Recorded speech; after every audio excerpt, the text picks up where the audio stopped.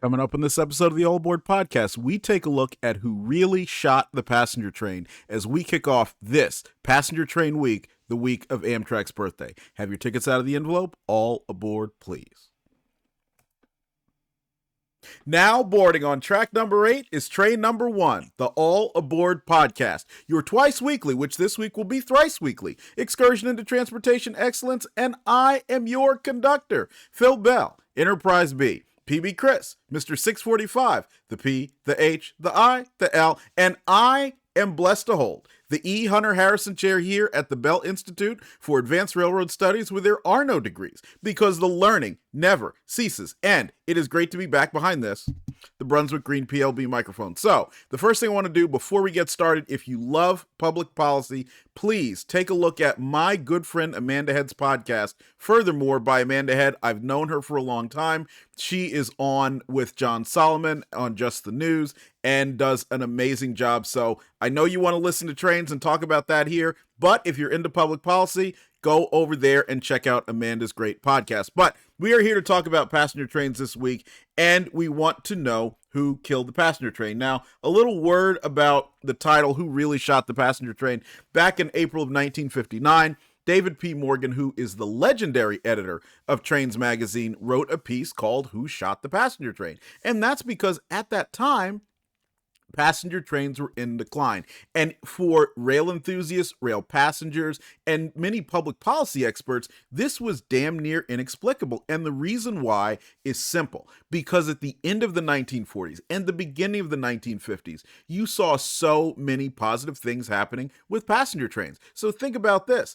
All of the new streamlined rail cars that were coming off the assembly lines at Budd, Pullman Standard, American Car and Foundry, and so on, they were all now part of trains that were being discontinued. Think about the bright, beautiful locomotives that were being built by Electromotive Division and Alco. Many of them were then being sent to the scrapyard. Think about it. The Southern Railway had Alco PAs, which only operated for about 10 years before they were off the roster. Many of pictures that you can find out all over the internet show Santa Fe's Alco PAs by the late 1960s in a big line at Pilot Brothers getting ready to be cut up. This was something that wasn't supposed to happen, and so David P. Morgan really addressed a lot of what is there, and we will include a link to where you can buy the article from the Kalmbach site and download it and read it. But I wanted to get into a little bit of my take on this because I think who really shot the passenger train is a very, very nuanced thing. So first of all, the first thing to look at is the unusually fast pace of technological change that took place between the 1800s and really today. So we explored this a little bit in episode 35, which is Conrail back in the day, and that's because before 1827, when the Baltimore and Ohio began, technological change as far as transportation was concerned didn't really happen. Because if you think back centuries and centuries and centuries, what did you have? Humans with horse carts, horses and buggies, but mostly humans walking, and of course, going by boat. But then in 1827, you have the Baltimore and Ohio start. 1830, the South Carolina Railroad. The Union Pacific, 1862 commences its construction. The Western Pacific, which is the last transcontinental, was completed, Transcontinental Railroad, completed in 1909. And to be clear, the definition of what is considered to be a transcontinental railroad and what is actually a transcontinental railroad are quite a bit different. There never has been one single line of ownership that has gone all the way from the East Coast to the West Coast, which is what most of us would consider to be transcontinental. But of course, the Union Pacific and the Central Pacific comprising a transcontinental railroad, Union Pacific originating in Omaha, the Central Pacific originating near the Bay Area, meeting at Promontory Point, Utah. That effectively, because it effectively crossed the continent, is considered to be transcontinental. The Southern Pacific certainly having taken over part of the Central Pacific, and also going as far east as New Orleans and as far west as Portland, Oregon, or in this case, Northwest. And then, of course, you have the Western Pacific, which really went from Salt Lake City, Utah to the Pacific Coast, but by many, it is considered to be a transcontinental, and that is in part because it was part of what was a transcontinental railroad network that we will discuss in the future with Jay Gould and some others that basically went as far as Pittsburgh, Pennsylvania, and effectively did go as far as Baltimore, Maryland.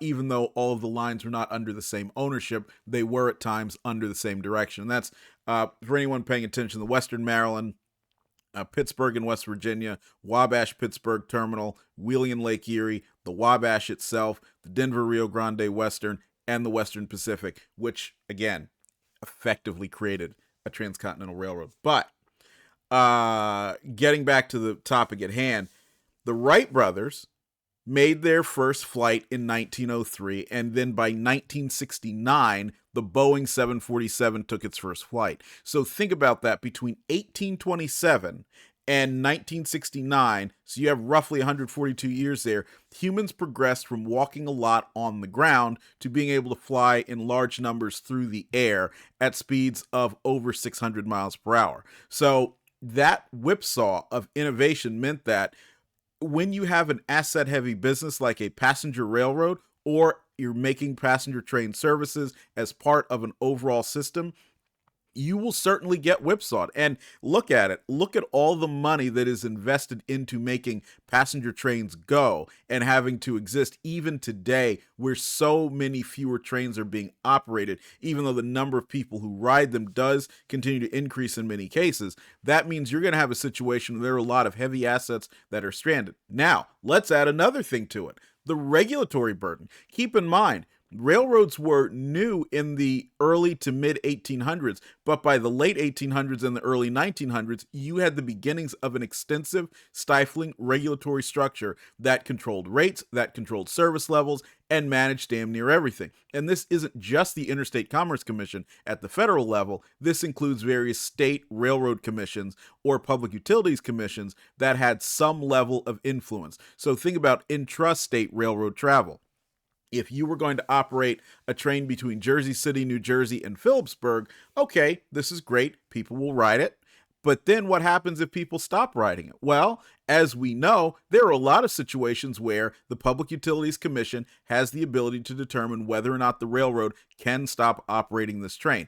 And oftentimes what would happen, a lot of people would come out and say, no, we don't want the train to go away. We might need it in case it gets too snowy and we can't drive our cars. Or I love the train, even though I don't ride it every day, which in reality means they don't ride it at all. What are we going to do? Don't take the train away. And the Public Utilities Commission, even though they're not elected officials, these are people who take it upon themselves to look at themselves as being the voice of the public against the big bad railroads. At least that's the way they would always bill it. So oftentimes they would say, no, you can't discontinue the train, or you have to do this, or you have to do that. We looked at this a little bit earlier, about a couple of months ago, when we talked about the New Haven Railroad in New England and the Old Colony Division. The Old Colony, which were lines that now go down to Greenbush and then eventually out to Cape Cod as well. A lot of those lines had very little traffic on them, but they had a lot of passenger trains, and those passenger trains were mandated to be operated by the Commonwealth of Massachusetts. They were all intrastate passenger trains. Therefore, the New Haven said, you know what? We're going to stop operating these trains, and that's it. And they did briefly get the approval to do it, which was later on rescinded. And this is what drove the New Haven subsidiary, the Old Colony, into bankruptcy, because very few people were actually riding the trains.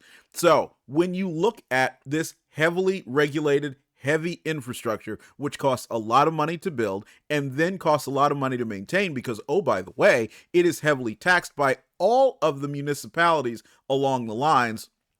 And this is something that even in 2024, as there are comparatively fewer passenger trains, but still a very robust and influential and necessary freight railroad network, you have heavy taxes being imposed on this, and those taxes being used to subsidize competing modes of transportation. That's something that simply doesn't work, and it's surprising that we've still continued to do that here in America. And one of the things that I personally have advocated for is the abolition of those taxes, because while I oppose property taxes in general, it makes absolutely no sense when we look for someone to construct infrastructure that then we later on turn around and tell the railroad, well, glad you constructed that infrastructure that we need to help move people and move things, but we're going to tax you heavily for that. And just ask anybody who's involved with a railroad in the state of New York, even now, they will tell you how difficult that is. Now, this also meant that railroads could not right-size their businesses easily. So even if you were able to reduce the number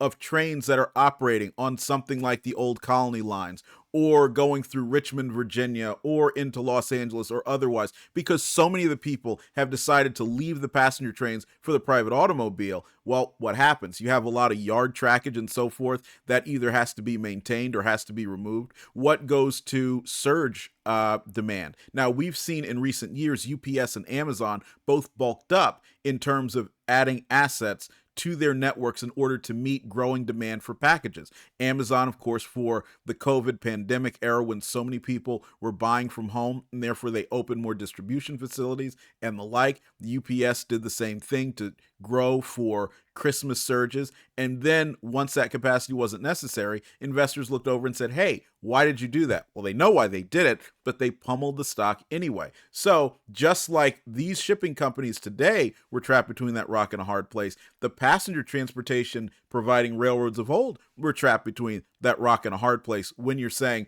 we need to have this capacity because we know when the Christmas rush, the Mother's Day rush, Thanksgiving, and so on come along, we need the extra coaches, we need the extra yard space, and so on. But you know when we don't need it? In late January, all through February, all through March, all through April, in a part of May, but not really in June or July or August and so on. And you get the idea. It is very difficult to maintain that type of system. So adding to that, what else do passenger trains require? So we talked about the yards, but also commissaries to provide food and all of the other things that you find aboard a train. Now, I know a lot of you, if you're like me, you like to collect some of those old matchbooks and so on that you might find at memorabilia dealers, and we do sell on occasion over at allthingstrains.com. Well, that had to be stored somewhere, so you needed a building to do it. You needed people to manage those stores to make sure that inventory was being tracked properly for tax purposes, but also for the point that it is something the company is spending the shareholders' money on. So therefore, it has to be accounted for properly. So you have these facilities with people who are employed, and they are receiving, in most cases, some type of a union salary in order for that. Then you have parts for passenger rail cars. And think about that. That's not just a body panel here or there. That's not just a grab iron here or there. That is air conditioning units. That are the steam pipes in the era of steam heat that go under the rail cars today. Those are HEP cables. That is condenser units. That is toilets, the different water pumps, and so on.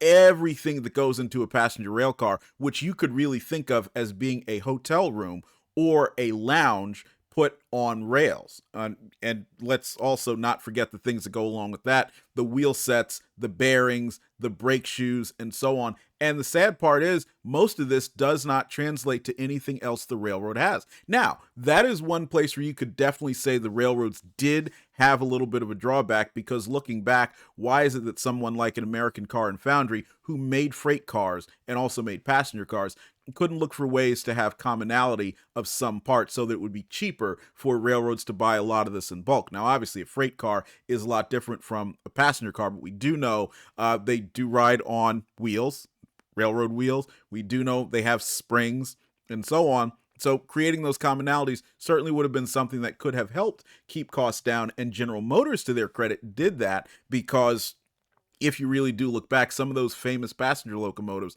like my favorite, the EMD E8, well, they shared a lot of parts with many other locomotives, such as the F7, the SW8, and so on. So that meant, in the case of those, many times you could simply buy a variety of parts that fit the EMD 567 diesel engine or D27 traction motors and so on, and then use them all across your locomotive fleet if you had purchased all or mostly EMD. And then let's also remember there were some outside parts makers who could just simply make parts that ended up going and being compatible with a lot of things.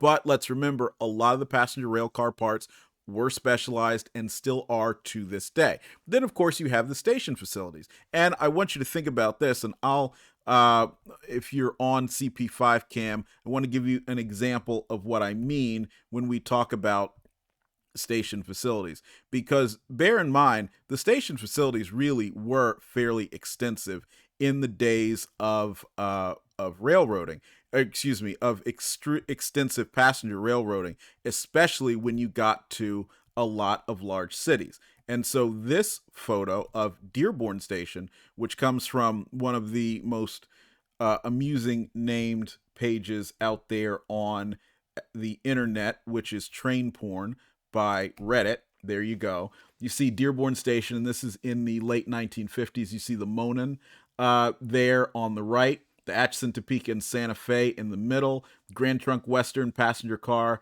in the foreground, the Chicago and Eastern Illinois. You have a Pennsylvania Railroad painted car there, even though the Pennsylvania Railroad, of course, their main terminal in Chicago was Union Station. You see some express cars for the Erie, and what looks like it might be a Frisco, that St. Louis, San Francisco sleeper, plus some switch engines from the Chicago and Western Indiana, which owned the terminal, but that was owned by a variety of railroads, including the Santa Fe, the CNEI, and the Erie, most all of whom terminated there, as well as Santa Fe itself, which had its own switchers that would do some of the work there at Dearborn Station for their trains. So that gives you an idea of the sort of infrastructure that would go into a very large big city station, and also the amount of cooperation that was required for what ended up being a relatively low revenue business compared to freight service.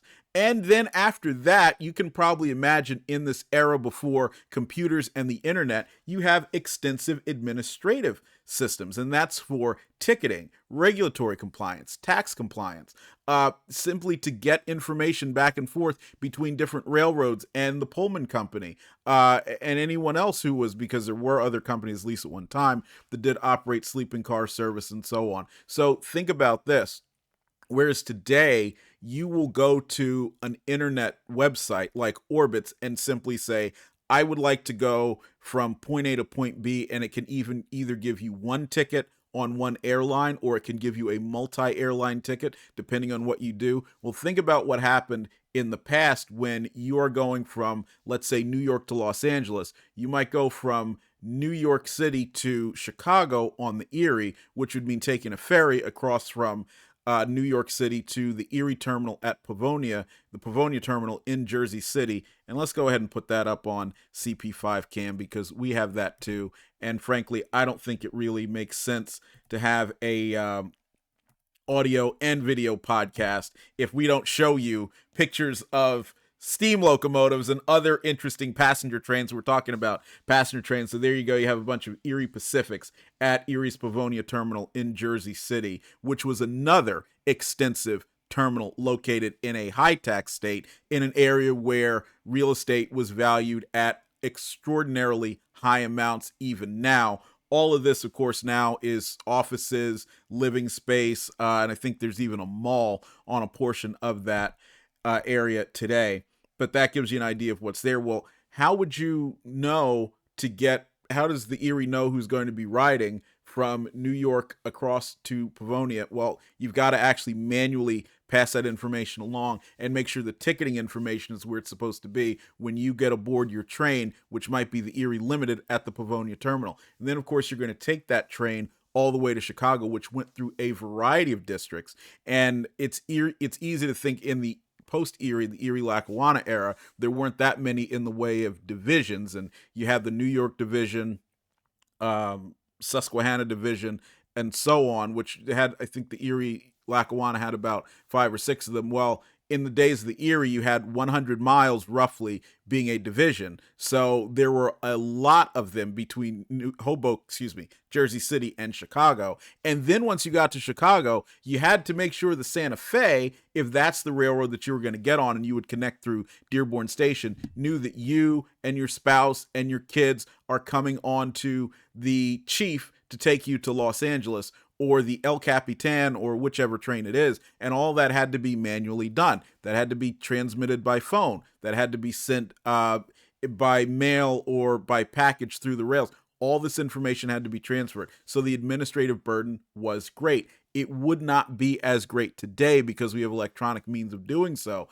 but still all of that was there. And then let's not forget customer service. So if you went into one of these stations, whether it's a big city station or it's a rural location, you are going to find someone there who is going to help you, or at least we hope they're going to help you, to navigate, to get around, to do what it is that you need to do. Make sure your baggage is where it's supposed to be. Make sure you are on the right track to where it's supposed to be. And all of that costs money. And of course, one of the more militant unions that was part of this entire structure was BRAC, the Brotherhood of Railway and Airline Clerks. And they, like many of the other unions that were involved in the operation of trains then as now, extracted high prices for their services. So therefore, as we found out in the Hosmer report, which came out in the late 1950s, one of the big problems that passenger trains faced and why they were dying was that between 1947 and 1957, one of the highest cost inputs, and I believe it was over 150% increase, was the price of labor.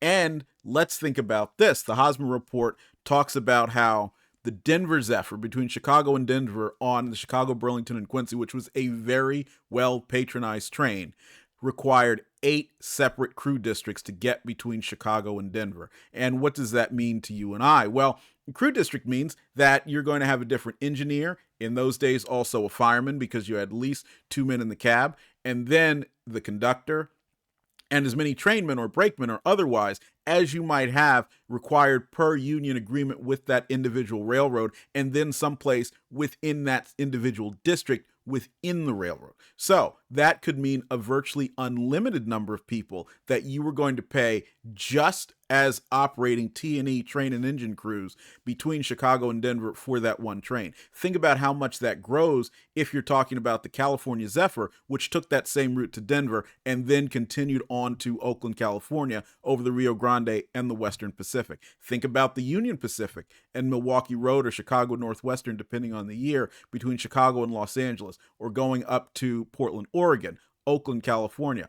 Again, this means that before you get a single passenger aboard a train, there is already an extraordinarily high burden that the railroad is going to have to pay in order to provide for you. And then let's forget about regulated rates for a second. Let's also remember how competitive the transportation was at that time. So, of course, you had the private automobile that we were talking about, you had air, and you also had buses. And all of these things were competing for the passenger dollar. Now, another thing that the Hosmer report mentions, and we'll link that in the description, is the subsidies between between governments and competing modes of transportation. Now, I want to talk about, I have evolved on this in many ways as I've gotten older. I think it is unavoidable that we could say or hope that, well, you know what, it wasn't right to subsidize competing modes of transportation. Let's be realistic here. It really was going to happen because we live in a representative republic, and in a representative republic, you are going to have people that will clamor for the government to do things such as support what is called transportation innovation. And now what I'm going to do briefly is, for those of you on CP5K, I'm just going to transition us back to those pictures of the Erie Pacifics for a second, just to make sure that we keep our power cord, everything going like it's supposed to. So there you go. It was unavoidable. I don't think that it would have been possible for politicians, regardless of party, regardless of ideology, to simply say, no, we're not going to do it. And after all, they had subsidized canals. They had subsidized the creation of railroads. They had subsidized the creation of what were private turnpikes. So to say, okay, well, now we're not going to do it would have been very difficult to do, and it would still be very difficult to do today. And if you want any question, look at those of you who are saying don't subsidize high-speed rail. Well, you're meeting with a cacophony of people who say, no, but we want our high-speed rail, no matter how ineffective a lot of those projects really would be. And I'm not saying that because I hate high-speed rail. I'm saying that because of some of the things that we talked about when we went through Romance of the Rails, which we'll also link in the description, and reviewed that book. Now, those subsidies were problematic, but what was really an issue and why I think they're worth discussing is 2 reasons. One, railroads paid property taxes that we've talked about extensively, but in many places those taxes were used to effectively subsidize the competition. And the Hosmer report talks about places like Cut Bank, Montana, where there was a large airport that had a net gain, and there were no ways of offsetting, for example, well, what kind of taxes would an airline have to pay to go there? Well, if they paid anything, it would be very little, something like maybe $2,000, whereas the railroad in the same time paid about $200,000. Now, think about that for a second. If you're on the hook to pay $200,000 because you operate a railroad, and the airline to go into the same place only has to pay $2,000, and we're just talking about in obligations to the taxing authority, that's a problem. And now I know there are a lot of people that like to sit there and smugly say, well, that's what you chose to do. You're going to operate a railroad. No, but it doesn't make any sense. And that's one of the reasons why you saw a lot of railroads simply say, look, we're going to get out of the business. If we've got to pay all of this to you, Mr. Municipality, and our competition doesn't have to ante up, because if the idea is simply to support the community, then they should be paying about what we're paying, or we should pay what they're paying, go down. If not have them go up, then it simply doesn't make sense. We'll just stop providing the service and not be involved with what you're doing anymore. The other thing to talk about is the pace at which those subsidies were deployed. Think about how quickly we went from no airports and no interstate highways to having them. It is very difficult for even very astute business leaders like your Al Perlmans of the world to look at that and say, okay, we see what kind of competition is coming about, both by private sector means and also by government supported means. Here's how we're going to respond to that. Well, their response was, it was so fast, it was so quick, we couldn't do anything about it. We're dealing with extreme financial draws outside of the normal course of business. What are we going to do? Let's just retrench and stop providing the service. That's the fastest way, because at least that preserves money for our shareholders while preserving our jobs as well. And that is certainly a reasonable thing to do. The other item to talk about, which about who really shot the passenger train, is this, and it is modernity culture, what I like to call modernity culture. So think about Buck Rogers, and those of you on CP5 Cam, here is the Buck Rogers U-238 atomic pistol and holster set. I sure hope it doesn't have any actual U-238 in it, but that was one of the toys that was being given to children, I believe, in the 1940s.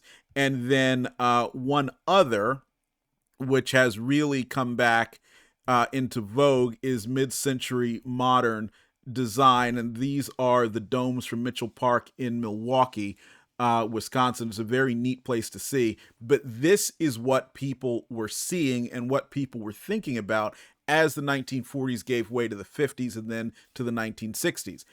You have all the discussion of going into space, going to the moon, and so on. At the same time, railroads are being typically conflated with steam engines. Now, at the time, the Association of American Railroads was very good about doing its part to promote what a real railroad of the day looked like, and it was certainly dramatically different from what most people thought of it. But of course, when your belief and understanding of what railroading is consists of steam locomotives and old wooden passenger cars and so on, that tends to be the way the public thinks of it. So it's much easier for the public to say, well, trains are old. Passenger trains are old, even though many of the passenger trains that they would be riding were newer than some of the Douglas DC-3s that they might be flying on some of those early airlines, especially when you got outside of the mainline area. They were much more comfortable than some of the DC-8s or other jets that you might be flying on in that time. But hey, this is new, this is modern, this is hip.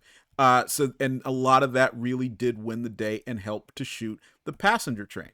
And the final item that I want to talk about, and I'm not entirely sure about how much these points are valid, but there are definitely some things that came out to my mind, and I figured it would make for a good discussion that you can have amongst your friends who might tune in here. First of all, land grants. A lot of railroads were built with land grants, Union Pacific most famously so, the Northern Pacific as well. Did the land grants really impact in a negative way where the railroads ended up going? Did that create kind of an early poison pill for killing passenger transportation by rail, at least in the way that it was being done before? Because did development really take place the way it needed to? Were the land grants necessary? Should they not have been done? I think there might be a little bit of a role here.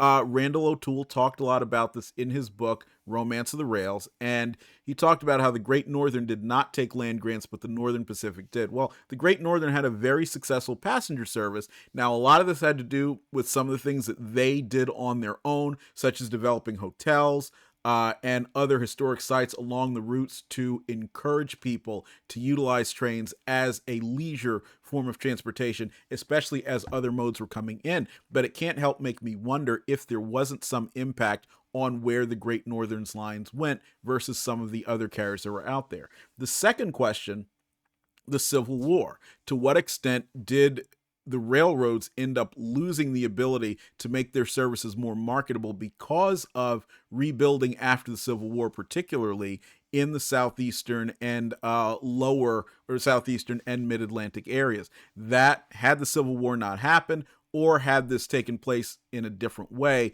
could railroads have developed differently and been able to develop a hold on passenger transportation earlier than they eventually did? The next question, since we're talking about wars, World War I, you had a period where the railroads were being federally managed, and this meant they didn't have the opportunity to maximize profits they needed to. Could that have meant more aggressive investment in passenger transportation as well as express and also other infrastructure, and also developing that to make it more flexible with respect to traffic patterns? Could that have happened? It quite possibly could have, had railroads not come under the control of the federal government in World War I. After all, that type of surge in traffic is the sort of thing that tends to spur the innovation and growth that is needed to improve any mode of transportation, and the railroads certainly didn't have that. And then again, you have World War II. Now, the railroads were not federally managed this time. However, they did end up carrying a lot of people, both soldiers and civilians. In fact, there were plenty of rules in place to prevent the construction of individual automobiles, and there were very strong restrictions on even the construction of railroad equipment. So it makes me wonder, how many people traveled on trains in periods of crushed loadings and didn't have the opportunity to enjoy it? I can tell you, if I had to travel over and over and over again and it wasn't comfortable, even I would probably say the minute that I could get away from it, let me go find some other way to travel. And it looks like that may have had an impact as you got into the 1950s and people now had the ability to drive the private automobile. And let's remember, it's not the same thing that it is now with great air conditioning and very quiet cabins and so forth and comfortable interiors. While a lot of those cars may have looked a lot cooler than they do today, they certainly weren't anywhere near as comfortable. And of course, you didn't have the same network of robust hotels and so forth. There really was a good chance that you were going to stay in a motor hotel or a motor lodge, and those didn't look very good at any point, except in very interesting black and white pictures from when they were new. So that gives you an idea of how much people were willing to embrace that freedom and get away from trains. The other part with respect to World War II is, I do wonder, and I've mentioned this on several occasions, how much it really did impact soldiers to be taking the train to their deployments in what was a very, very difficult worldwide conflict. If you've got, conflated in your mind the idea that you're getting on a train and the person who's with you, maybe your friend, childhood friend or otherwise, who enlisted with you, didn't come back, and some of the last memories you have is getting on a train with him, well, that would make that into a negative memory. And that would also produce a generation of people who really weren't enthusiastic about going back to the same place, even if it wasn't a physical place, in order to get away from what ended up being a real negative for them. And if that sort of thing happens, there is no question that no matter how beautiful the city streamliners looked or the Silver Meteor or otherwise, that this would be something that a lot of people simply just would not want to go back to. And the final thing that it's just a little food for thought, and I don't really have a conclusion on, but the question of civil rights. Keep in mind, in the southeastern United States, you did have segregation. on trains. So what did you see a lot of blacks do? Well, they got driver's licenses. That was something they certainly could do. And even though, just like most people didn't have a great time on the highways because they're going to motor lodges and so forth, blacks in many cases, while they couldn't do that, at least they could control how they were traveling. So it makes you wonder if there was not negative impact to rail passenger transportation there as well, because here is a market that, were it not for arbitrary state laws, that people would have been able to ride and quite possibly enjoy the trains much, much more. One of the interesting stories that always comes from that is, a lot of people talk about segregation and how negative it was and so on, but there was a story that a lot of blacks would be offered the drawing rooms on trains because, this was one way that the railroads that were required to segregate their operations could keep people segregated. Well, the drawing rooms were actually the largest accommodations that were offered. So this would be a very comfortable, not going to say luxurious because it's not luxurious on every train, but very comfortable accommodations, and they could be served in their room. Now, if you think about it, what do we typically want? Well, we want someone to bring food to us, and we want to have as much space as possible. That's anybody.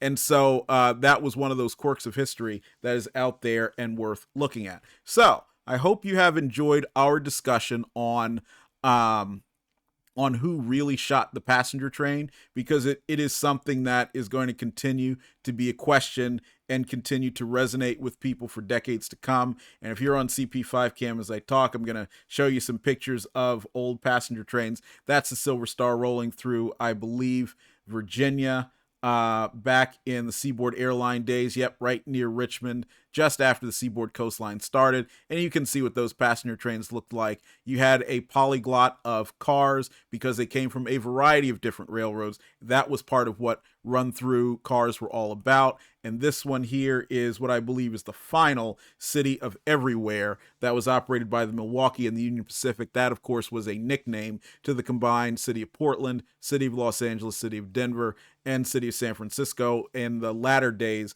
of operation, they were actually operating it as one train out of Chicago, and then when they got to various points along the route, separating out a portion to go to one of those cities that were in the name. But this is a way they didn't discontinue it, but they reduced the number of crews and separate train starts that were operating. So yeah, again, I hope you enjoyed your time here to talk about who really shot the passenger train. To me, the answer is all of us, and it's sad to hear, but it is a reality in life. Now, on Wednesday, we will be back to talk to you about Amtrak, and what we're going to do is something a little different. Everybody can talk about Amtrak's history, and a lot of people do, and everybody can talk about the trains that are currently running, and a lot of people do, but we here at the All Aboard Podcast are going to talk about the trains Amtrak is not running and why, and if they should come back. So I think that'll be a great way to celebrate Amtrak's 53rd birthday. Thank you for choosing All Things Trains, and we will see you down the main line.